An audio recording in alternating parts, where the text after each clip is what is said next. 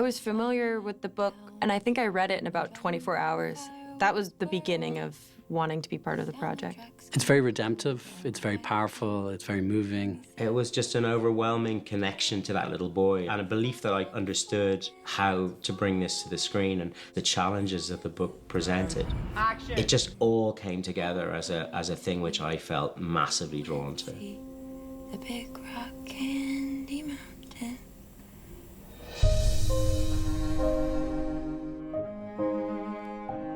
I did something rather odd. When I'd sold the novel to the publishers, even before it was published, I went ahead and started a screenplay because I just knew this, of all my books, could make a good film. Lots of offers came in and they were never the right people. Lenny and I were looking for material to work on together, and we were kind of scouring the best novels, and Room kept popping up. I read it in one sitting, really, 1 or 2 sittings, and I was immediately aware that I wanted to make it as a film. So I wrote Emma this long letter saying, this is what I feel about your book and this is what I would like to do with it. I just felt he completely understood the book and everything that I meant to put in it. So I knew that the book would be safe in his hands and that he'd make a great film of it. Just TV.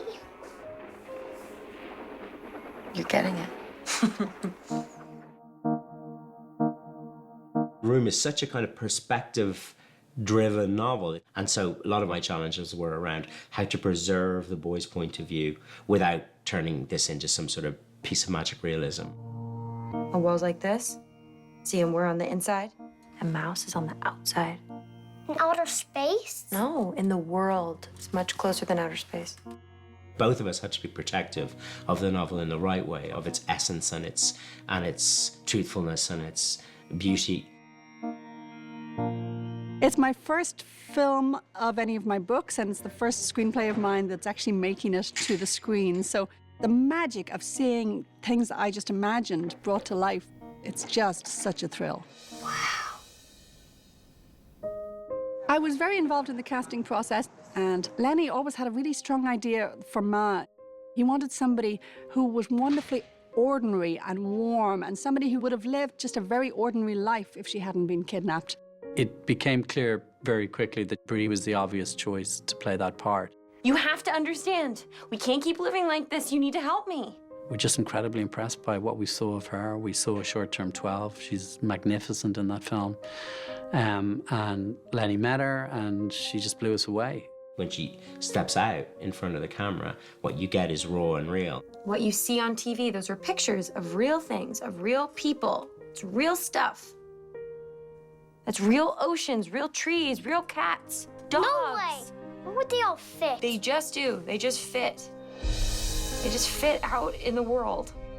When I was writing the book, I never visually pictured Ma and Jack. I just had a really strong sense of their characters. But I think Brie is absolutely perfect for it. I don't know what's wrong with me. I'm supposed to be happy. Usually, as I get into any character, I just like to sort of parallel wherever it is that they're at lightly. I spent a month at home, no car, no phone signal, and just was on a very restrictive diet. It took me many months to be able to fully stomach it. It's really difficult. It's really hard to see these sides of the world that I don't really want to see. When Jack came along, was it different for you then? When Jack came, everything was different. He was so beautiful. And I just knew that I had to keep him safe. We spent a long time looking for our Jack, and Jacob Tremblay stood out from early taped readings that I got sent. That's lovely that he's like that watching you. I would do exactly that, Jake. Jake is very unique, I think, and really quite amazing. Good morning, lamp. Good morning, plant. Good morning, egg snake. My character is a little boy that was born in a room. He lived in a room until he was 5. And one day his mom wanted to put him out of the room, but he didn't want to. But when he's out of the room, he's very shy and he's very scared of everything. Like this. we're not exactly like that.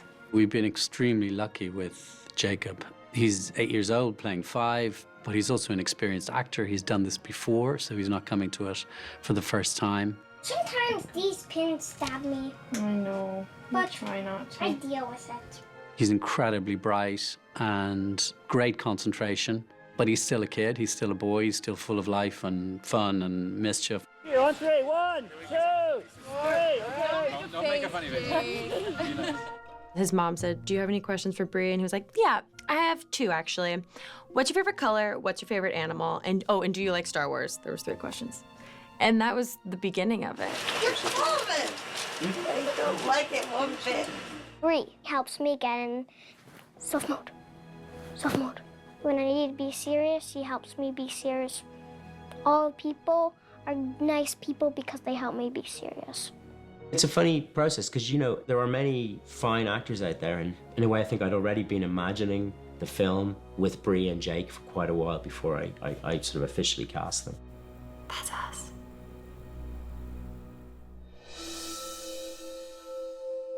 Once we had Bree and we had Jacob, we started thinking about what actress could play her mother. Joan presented herself as an idea very, very early on. We were both huge fans of what she'd done in the past, and luckily she responded to the material and agreed to join us.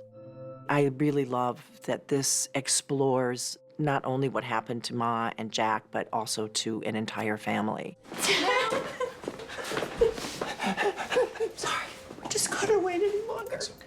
It has a lot of collateral damage, and I really appreciate that that's being shown. You're impossible to talk to right now. Well, sorry. Well, no, you're not sorry. Yeah, I'm not sorry. You have no idea what's going on in my head. Yeah, well, try me. I have asked you. And then what? Then every time you look at me, that's all that you see? When I look at you, Joy, I will see my daughter. Joan and I spent quite a lot of time just talking. We discussed a lot of the sort of mother-daughter dynamic, which is such a fascinating and complicated subject. Do you think that you were the only one whose life was destroyed? Actually, that's exactly what I think. No one's prepared to deal with it. I think I'll turn in. Is there something wrong? Even though the role of Jack's grandfather, Ma's father, is relatively small, we always knew it would be a crucially important one, and to get William H. Macy for it, you know, his face alone will communicate so much about the pain that this man has been through and why he's ended up reacting quite badly to Jack. Look at him. Dad? I'm sorry. I'm sorry, I can't. Robert, Joy, Put your spoon down. Let's go. Hey, Joy. We're going to bed. No, Joy, don't, Joy. Robert. And cut. Good, well done. We'll go one more straight away. Lenny, he's the best person, I think, to go on a journey like this with, because you don't want to go too far or too dark. It's my job to, like, swim down to the, darkest, deepest parts of the ocean. It's his job to sort of pull me back up. And his way of doing that, amongst just being incredibly sensitive and sweet, is humor. He's a good director. He helps me turn into the character, into Jack. You want to do it, but you're scared, so don't open your eyes fully. Just like the book, Room is a film in 2 halves, and I'm so glad that Lenny was brave enough to stick to that. I've been so involved in the making of it, my own thinking about it, and then conversations with Emma. It feels to me like the spirit of the book is still alive and well in the film. Some readers were left longing for more at the end of the book. They often write to me asking, can I write it again as Ma's story? The film is bringing Ma's reality to life so beautifully that I think it answers, in a way, a lot of those questions. You think this will work? Can my strong be her strong too? Oh, of course it can. I just like stories of prevailing over odds that are really tough. Hopefully what people will ultimately take away is, you know, there is hope. I love you, Grandma.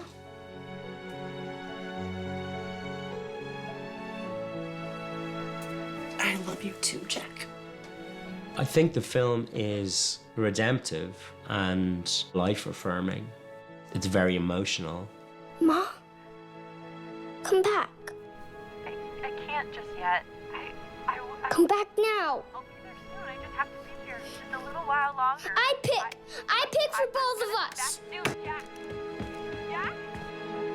What it shows is that people can both survive and continue to thrive even after very traumatic things happen to them. It's challenging and in many ways horrifying. But I think what's really impressive about the film is the power of the bond between these two amazing characters and how, in a way, they rescue each other and find a way of facing their future together. You saved me. Again. The comfort of actually seeing Ma and Jack in the world just adds a whole new level of realism to it and allows them to not just remember, but actually picture Ma and Jack together. Can we go back to room? Jack. Just for a visit. I've learned a lot about myself through this. I've learned a lot about the strength in women and the power that we hold and how ferocious the love of a mother is. And these are all things that I won't ever forget. Ma, say bye-bye to room.